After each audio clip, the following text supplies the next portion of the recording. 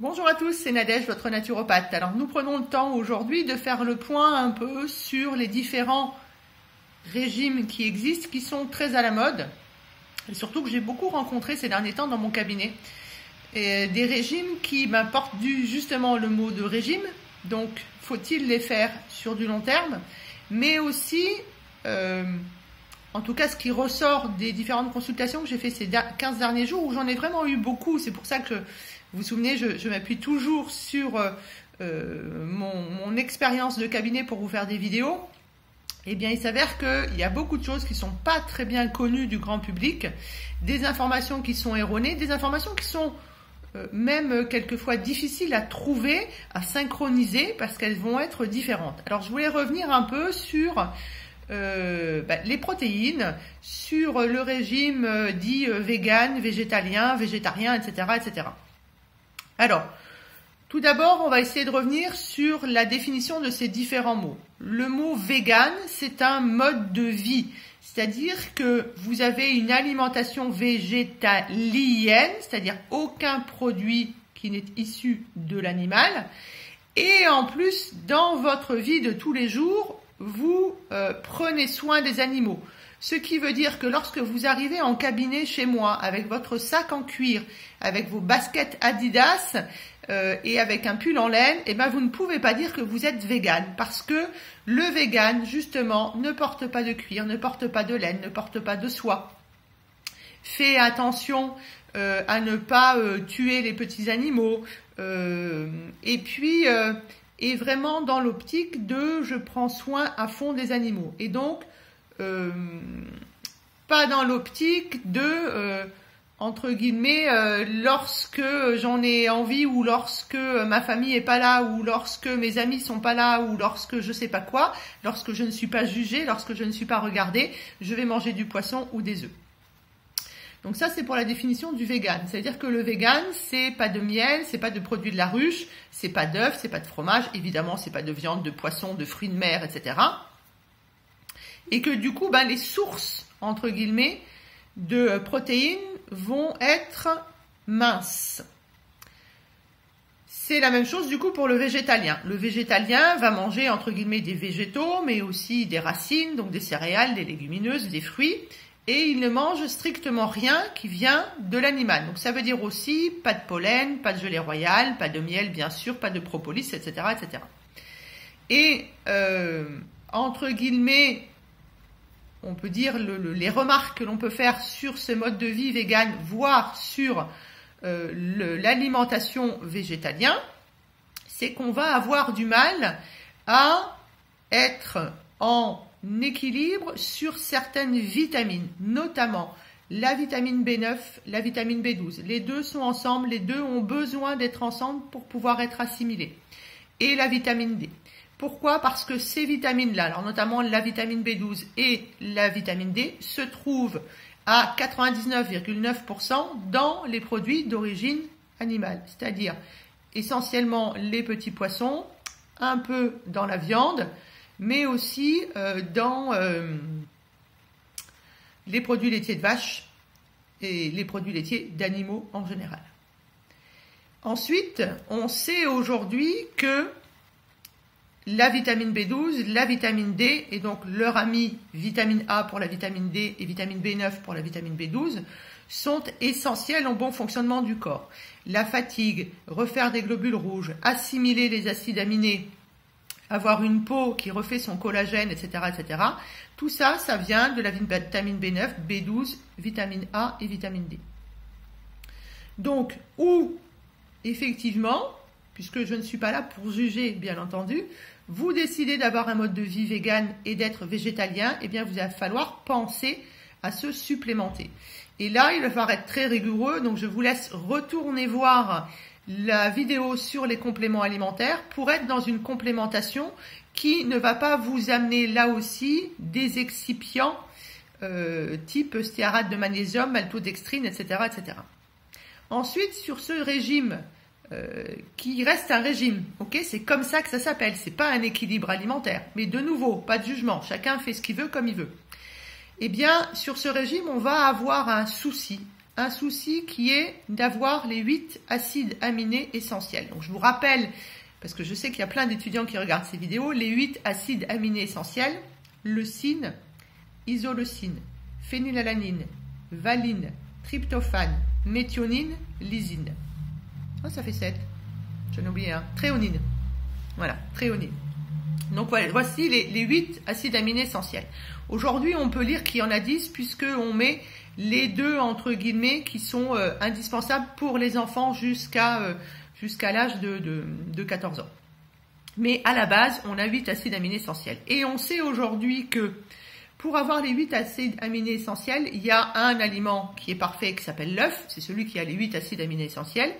Ensuite, derrière, que ce soit la volaille, la viande rouge, le fromage, les céréales, les légumineuses, les oléagineux qu'on appelle les fruits à coque aussi, tout ça, on va être entre guillemets en acides aminés limitants. C'est-à-dire que il faudrait, dans les croyances, mélanger céréales et légumineuses pour ne pas être en carence d'acides aminés. Sauf que ce soit dans les céréales, dans les légumineuses, il manque toujours de leucine. Que dans les céréales, on manque de phénylalanine, on manque de tréonine. Que dans les légumineuses, d'après la croyance, on manquerait de méthionine. Dans certaines légumineuses, il y a de la méthionine. Par contre, il n'y a pas de lysine, etc., etc. Donc, mélanger les céréales et les légumineuses, comme on le fait beaucoup en Amérique du Sud, comme on le fait beaucoup en Méditerranée, eh bien, ça ne suffit pas à avoir les 8 acides aminés essentiels. Mais me direz-vous, on ne mange pas que des céréales et des légumineuses, on mange aussi, entre guillemets, des légumes. Et c'est là où il va falloir faire attention. C'est-à-dire que lorsque vous êtes sur un régime qui est végétarien, par exemple. Donc le végétarien mange des sous-produits animaux. Donc si vous êtes végétarien, mangez des œufs et le problème des acides aminés essentiels sera résolu.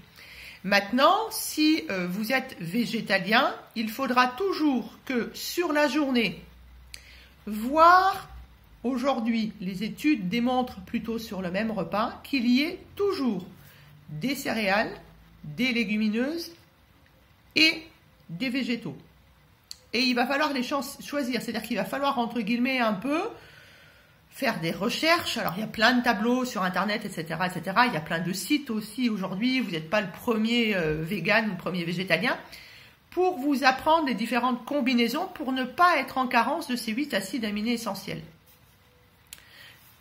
Ensuite, malheureusement, lorsque on est sur un régime, eh bien, pour réussir à avoir ces 8 acides aminés essentiels, pour peut-être rassurer son cerveau, en tout cas c'est ce qui se passe dans les personnes que j'ai reçues au cabinet, on va avoir tendance à se porter beaucoup sur le soja et sur, entre guillemets, ce que l'on appelle du faux gras, du faux fromage, de la fausse viande, des saucisses végétales, etc., etc., des nuggets qui contiennent pas de poulet, et tout ça, et tout ça, et tout ça. Et ça, en fait, il vous suffit, comme je l'ai fait ce matin avant d'aller travailler, d'aller dans un supermarché et de regarder. Aujourd'hui, on a des rayons entiers au frais qui nous mettent à côté de la viande ou à côté, entre guillemets, de la charcuterie, etc.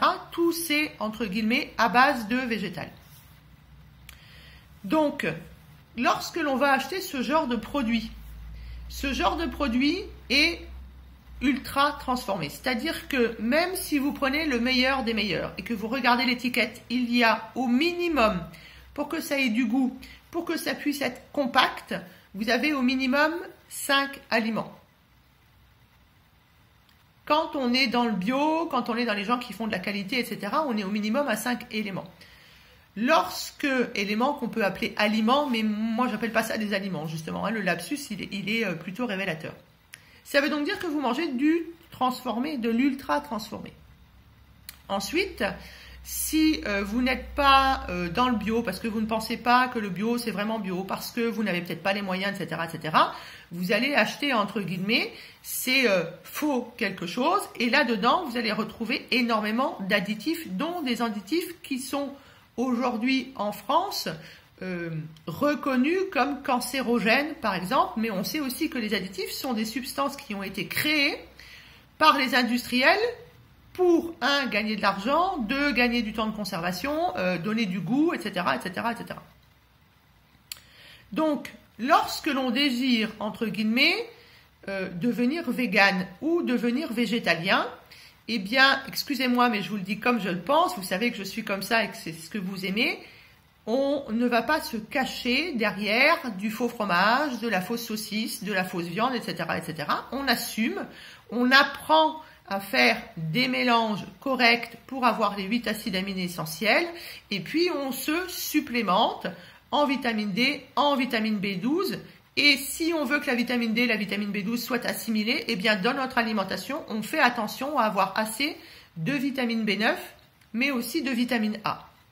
Et c'est pareil, la vitamine A, c'est très difficile à trouver. Pourquoi? Parce que dans les végétaux, dans les céréales et dans les légumineuses, vous allez avoir le précurseur, entre guillemets, la deuxième forme de vitamine A qu'on appelle les bêta-carotènes. Et les bêta-carotènes, il va falloir qu'ils, entre guillemets, se transforment en rétinol. Et pour ça, on va avoir besoin de sels minéraux. Alors en général, quand on mange beaucoup de végétaux, on mange un peu de cru, et je dis bien un peu de cru, eh bien, on a normalement le magnésium qui est là. Ensuite, il y a énormément de soja dans cette alimentation.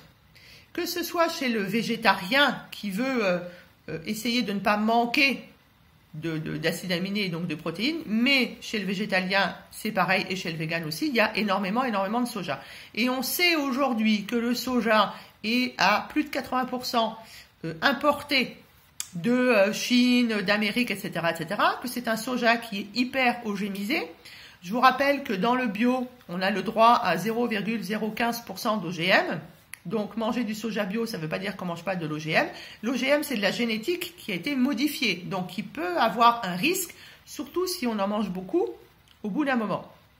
Et puis ça reste de nouveau du soja qui est transformé. Donc si vous prenez un plat tout prêt où c'est écrit farine de soja, on est plutôt pas mal. Si vous prenez un plat sur lequel il est écrit protéines de soja, là on n'est pas bien parce que c'est un produit qui a été ultra transformé. Qu'est-ce qui s'est passé pour l'ultra transformé? Qu'est-ce qu'on a utilisé pour l'ultra transformé? Et bien là aussi, qu'est-ce que ça va donner ces aliments transformés, ultra transformés dans votre corps? Ensuite vient le souci des phytoœstrogènes, c'est-à-dire qu'aujourd'hui, même chez les naturopathes, on n'est pas d'accord avec l'histoire des phytoœstrogènes, parce qu'en fait, on entend de tout aussi comme information, et je suis pro soja, et je suis pro machin, et je suis pro truc-muche. Alors, moi, je suis ni pro ni anti. Je dis qu'en fait, on peut manger de tout avec parcimonie, à condition que ce soit avec parcimonie et qu'on choisisse de la qualité, parce que c'est ça qui va être important aussi.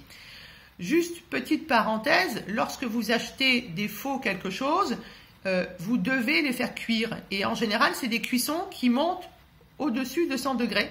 Et bien du coup, vous vous retrouvez à payer un produit 3 fois plus cher que, entre guillemets, le vrai.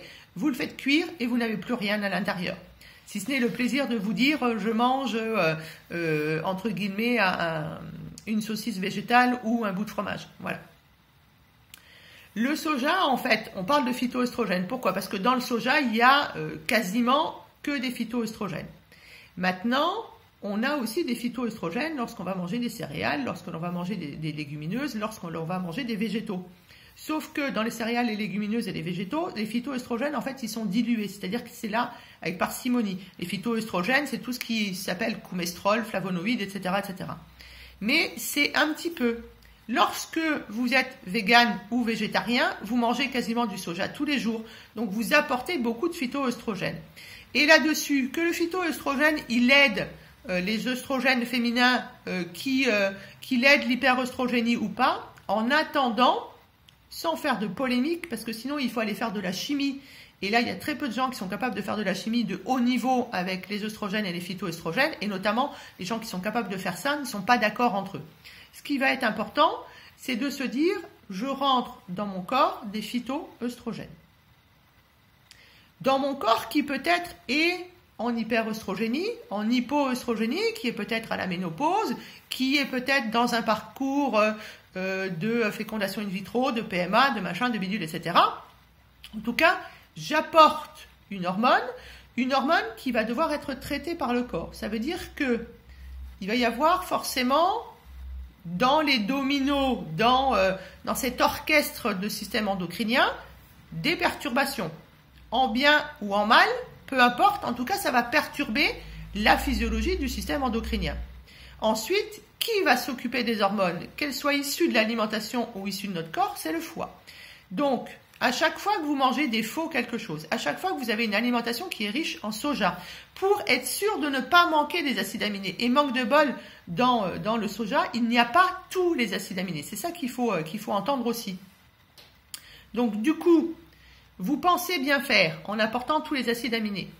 Vous mangez du soja, qui est eugémisé, 99 fois sur 100, qui est transformé, ultra transformé, et qui vous apporte en plus des phytoestrogènes.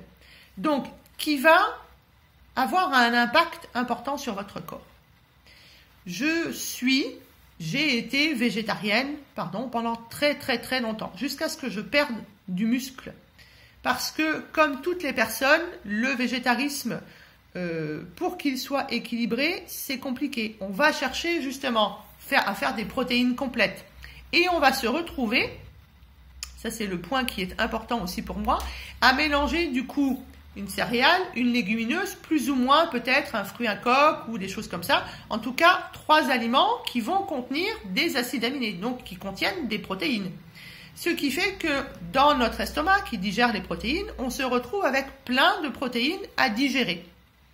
Et à partir de 35 ans, notre estomac, il a du mal à faire de l'acide chlorhydrique. Ça veut dire qu'à partir de 35 ans, notre estomac, il a énormément de mal. Je suis désolée, j'ai un truc qui vient de s'afficher, là, c'est gênant comme tout. À partir de 35 ans, en fait, notre estomac, il va avoir du mal à digérer les protéines. Donc, vous mangez différemment. Quelle que soit la raison pour laquelle vous le faites, je vous rappelle, je ne porte pas de jugement. Néanmoins, vous déséquilibrez le système endocrinien, vous déséquilibrez le foie, vous allez mettre à mal votre estomac. Ce qui veut dire que dans le corps, on amène quand même beaucoup de choses. Donc c'est vrai que en naturopathie, et aujourd'hui même le grand public le sait, on essaye de diminuer les viandes rouges puisque ça amène beaucoup de choses, et notamment on sait que ça a été validé sur le cancer du côlon et sur les maladies cardiovasculaires. Et on a tendance à diminuer la viande et les produits laitiers de vache. Pourquoi? Parce qu'on sait que l'élevage intensif est mauvais pour l'écologie, pour l'environnement. On sait aussi que malheureusement, on maltraite les animaux. Maintenant, les poules fabriquent des œufs. Ça fait partie de leur job. Elles ont été mises sur terre par qui que ce soit pour fabriquer des œufs. Bien sûr que si elles sont dans des cages toute la journée, qu'elles ne sortent pas, qu'elles mangent de la bouffe eugénisée et notamment du soja, eh bien, elles sont pas heureuses. Et si on veut pas que les animaux soient maltraités, on se dit je mange pas d'œufs. Sauf que si vous achetez des œufs bio de poules qui ont été élevées à l'extérieur, voire du fermier à côté, voire que vous avez vous-même vos propres poules, pourquoi ne mangeriez-vous pas d'œufs? Ça, c'est une question. Mais de nouveau, pas de jugement. Ensuite, lorsque, pour l'environnement, pour la santé, parce qu'on suit les recommandations des médecins, des naturopathes, des nutritionnistes, on diminue les produits laitiers de vache, et notamment les produits laitiers de vache, entre guillemets, qui ne sont pas bio, pourquoi on aurait besoin d'acheter des substituts? De la fausse mozzarella, du faux fromage, du lait végétal, etc., etc., de la fausse crème et tout. De la même manière que je pense que lorsqu'on diminue ou qu'on arrête le gluten, on arrête de faire des choses sans gluten.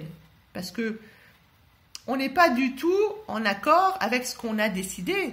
On décide de prendre sa santé en main. On décide de faire de l'hygiène de vie. Pourquoi on va, entre guillemets, excusez-moi l'expression, s'embêter à acheter du pain sans gluten ou à faire du pain sans gluten, qui ressemble à tout sauf à du pain, que vous allez payer 2, 3, 4, 5 fois plus cher, qui va mal se garder, qui va être hyper dur, qui va être friable, pour continuer à manger du pain? Pourquoi on n'apprendrait pas à manger sans pain si vraiment on veut être sans gluten? Donc tout ça, en fait, c'est le genre de questions que j'ai envie que vous vous posiez. Vous avez envie d'être vegan, végétarien, végétalien. Ok.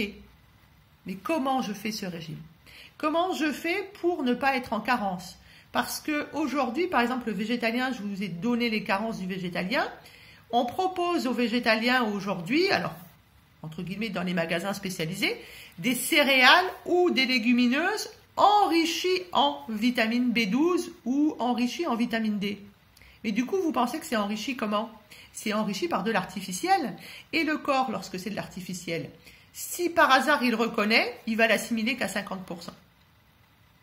Donc, réfléchissez. Est-ce que j'ai besoin, si pour ma santé, et je dis bien que je suis OK avec ça, je diminue le gluten qui n'est pas bio, le gluten qui, entre guillemets, viendrait tous les jours dans mon alimentation, je diminue le produit laitier de vache. Bien sûr qu'on est le seul mammifère sur Terre à boire du lait après qu'on ait été bébé. On est les seuls. Donc oui, on diminue les produits laitiers de vache. Néanmoins, dans certains yaourts de qualité, dans la croûte de certains fromages, on va retrouver des choses qui sont très importantes pour notre microbiote. Donc, faut-il arrêter complètement les produits laitiers de vache? Oui, tout ce qui n'est pas bio, tout ce qui est hyper industrialisé, tout ce qui est hyper ultra transformé, etc., bien sûr qu'on l'arrête. Mais est-ce que de temps en temps, on ne peut pas manger un bon fromage de qualité, voire peut-être un yaourt de qualité, voire du beurre? Le beurre cru le matin va vous amener de la vitamine A, de la vitamine D, des oméga 3. Réfléchissons à ça. Et bien sûr, lorsqu'on n'en a pas mangé pendant longtemps et qu'on a envie de s'y remettre, eh bien on y va petit bout par petit bout pour que notre microbiote reconnaisse de nouveau cet aliment. Ensuite, on diminue le gluten. Ça, c'est OK. Il n'est pas bio, on ne le mange pas tous les jours. Et puis, entre guillemets, on oublie un peu les dogmes de la société française et européenne avec la baguette blanche, les pâtes blanches, etc., etc. Il existe beaucoup de céréales, de farines avec lesquelles vous pouvez faire des choses dans lesquelles il n'y a quasiment pas de gluten ou pas de gluten, mais sans aller sur du pain qui est comme ça, qui n'est pas levé. Oubliez le pain plutôt. Vous en mangez rarement du pain et vous mangez du pain de très bonne qualité. Aujourd'hui, il y a quand même beaucoup de boulangers qui se sont remis à faire du bon pain avec des blés qu'on dit anciens ou oubliés et qui n'ont pas l'effet du gluten, de cette glu-là qui forcément fait de la glu au niveau du cerveau, qui fait de la glu aussi au niveau de votre intestin. Et puis derrière, si vous voulez arrêter les produits animaux, eh bien réfléchissez. Réfléchissez pas à pourquoi vous le faites. Parce que ça, en général, vous le savez. Mais c'est surtout comment vous allez le faire. Vous pouvez très bien être végétalien, mais il va falloir forcément prendre des pilules. Pourquoi pas? Vous ne dépensez pas d'argent, entre guillemets, dans la viande, dans les œufs, etc. Vous dépensez de l'argent dans les pilules. Mais là aussi, attention à quelle pilule vous choisissez. Ne tombez pas dans les achats de choses transformées, ultra transformées, qui sont pleines d'OGM, qui sont pleines d'additifs, qui sont pleines d'excipients. Et allez vraiment vous documenter sur quelles sont les associations qui sont à faire. 1, pour que l'estomac soit capable de les digérer ensemble, surtout après 35 ans. 2, pour être sûr d'avoir au moins les 8 acides aminés essentiels. La protéine, c'est la base de notre pyramide, c'est la base de notre noyau de cellules, donc de notre ADN. Il faut qu'on prenne soin de faire attention de fabriquer des ADN, des noyaux, notre génétique, le renouvellement de notre cellule correctement. Sinon, de nouveau, on part sur la maladie. Et la maladie la plus connue est quand même le cancer. Donc, faites attention à tout ça. Ensuite, j'ai une autre information qui vient d'arriver. C'est que lorsque vous mangez du transformé ou de l'ultra transformé, vous mangez du sucre, beaucoup de sucre. Et l'ennemi numéro 1 aujourd'hui du corps humain, c'est le sucre. Et pour ça, je vous laisse retourner voir les différentes vidéos. Donc, je vous rappelle que le seul aliment qui contient les 8 acides aminés essentiels, c'est l'œuf. Que la poule, elle fabrique des œufs. C'est sa manière de vivre. Bien sûr qu'on évite les œufs numéro 3, les œufs numéro 2, les œufs numéro 1. On essaye d'acheter plutôt des œufs 0. Voire, si on a un petit endroit, on a ça ou ces poules. Et là, c'est le bonheur parce qu'elle nous fait, entre guillemets, elle récupère tout ce qu'on a de nos végétaux, ça lui donne à manger. Et vous allez avoir des œufs de grande qualité et vous pourrez manger des œufs et vous prendrez soin de vos poules. Voilà. Parce que n'oubliez pas que les poules aussi, les 3, les 2 et les 1, elles sont alimentées. Ok, il y a un tout petit peu de dehors, mais on leur donne des aliments qui sont de nouveau à base de soja. De nouveau un phytoestrogène, même si on en trouve partout. Voilà ce que je voulais vous dire aujourd'hui. Revoyez ce que c'est que finalement ce régime vegan, ce régime végétalien, ce régime végétarien, et voyez comment vous pouvez l'équilibrer. Est-ce que vous ne pourriez pas devenir flexitarien? Est-ce qu'il est obligatoire d'être forcément 100% sans gluten et de remplacer du coup avec des choses qui ne sont pas forcément au top? D'ailleurs, la farine de riz, la farine de soja, la farine de pois chiches, etc., ça reste de nouveau des choses qui sont très riches en protéines que vous allez mélanger ensemble, qui vont jamais vous donner la texture. Donc pour les yeux, puisqu'on mange avec les yeux aussi, mais on mange avec les bourgeons du goût, vous vous dites je mange des pâtes, et en fait c'est pas des pâtes que vous mangez. Pensez vraiment aux petits épeautres, pensez à tous ces blés qui n'en sont pas hybridés et qui datent de l'ancien entre guillemets. Et pour les produits laitiers de vache, bien sûr que ce ne sont pas nos amis pour la vie, bien sûr que, mais comme pour toute l'alimentation, on va dans la qualité, on va diminuer la quantité, on essaye d'être entre guillemets le plus local, de saison, raisonné, et si bio c'est encore mieux, mais c'est pas parce que c'est bio que c'est bien. On évite d'aller dans le rayon du sans gluten parce que là on est dans du sucre, du sucre, du sucre, du sucre. On évite de tomber dans je remplace les produits laitiers par des laits végétaux et des produits végétaux parce que là aussi on est dans l'ultra transformé. Vous achetez, vous payez 3, 4, 5 euros les 750 millilitres et 80% c'est de l'eau. Donc si vraiment vous en voulez de temps en temps, eh bien faites-le vous-même, c'est pas compliqué et ça coûte bien moins cher et puis vous allez avoir de la qualité. Ça va éviter que, entre guillemets, vous vous retrouviez avec du sucre, du sucre, du sucre, du sucre, du sucre. Puisque l'ennemi numéro 1 aujourd'hui, c'est le sucre, c'est pas tout le reste. Bien sûr qu'il y a l'écologie, bien sûr qu'il y a l'environnement, bien sûr qu'il y a le méthane, qu'il y a les pollutions, etc., etc. Bien sûr qu'il faut réduire sa consommation de produits qui viennent des animaux. Bien sûr qu'il faut faire attention au bien-être de l'animal. Mais cela ne doit pas aller jusqu'à bouleverser votre corps, votre santé et que vous vous retrouviez complètement carencé parce que malheureusement aujourd'hui c'est ce qui se passe et en pensant manger du soja, vous ne faites pas forcément du bien à votre corps et je ne parle pas que de la phytoœstrogène. Je parle de l'homéostasie, je parle des sels minéraux, je parle du sucre qui vous acidifie, qui vous déminéralise, etc., etc. Donc, la réponse à j'ai de l'ostéoporose, c'est pas je mange tous les trucs qui arrivent du soja. Surtout dans les marques qui sont vendues dans les supermarchés. Fuyez les supermarchés, vous le savez, je vous l'ai déjà dit. Allez, on révise un petit peu ce que c'est, pourquoi on le fait et on va chercher les informations sur Internet. Il y en a plein, sur les vidéos, sur tous les collègues thérapeutes. Et puis, si on l'entend une fois, deux fois, trois fois, quatre fois, ben c'est que peut-être que cette information, elle est juste. Et puis, on va réviser le fonctionnement de son corps humain et on va comprendre finalement qu'est-ce qui est bon pour le corps humain. Voilà, j'espère que j'ai été assez claire. J'ai essayé de faire court comme d'habitude. Je vous souhaite une belle journée. J'espère que comme chez moi, vous avez du soleil. Et puis, si vous avez des questions et des remarques, comme toujours, vous n'hésitez pas. À bientôt.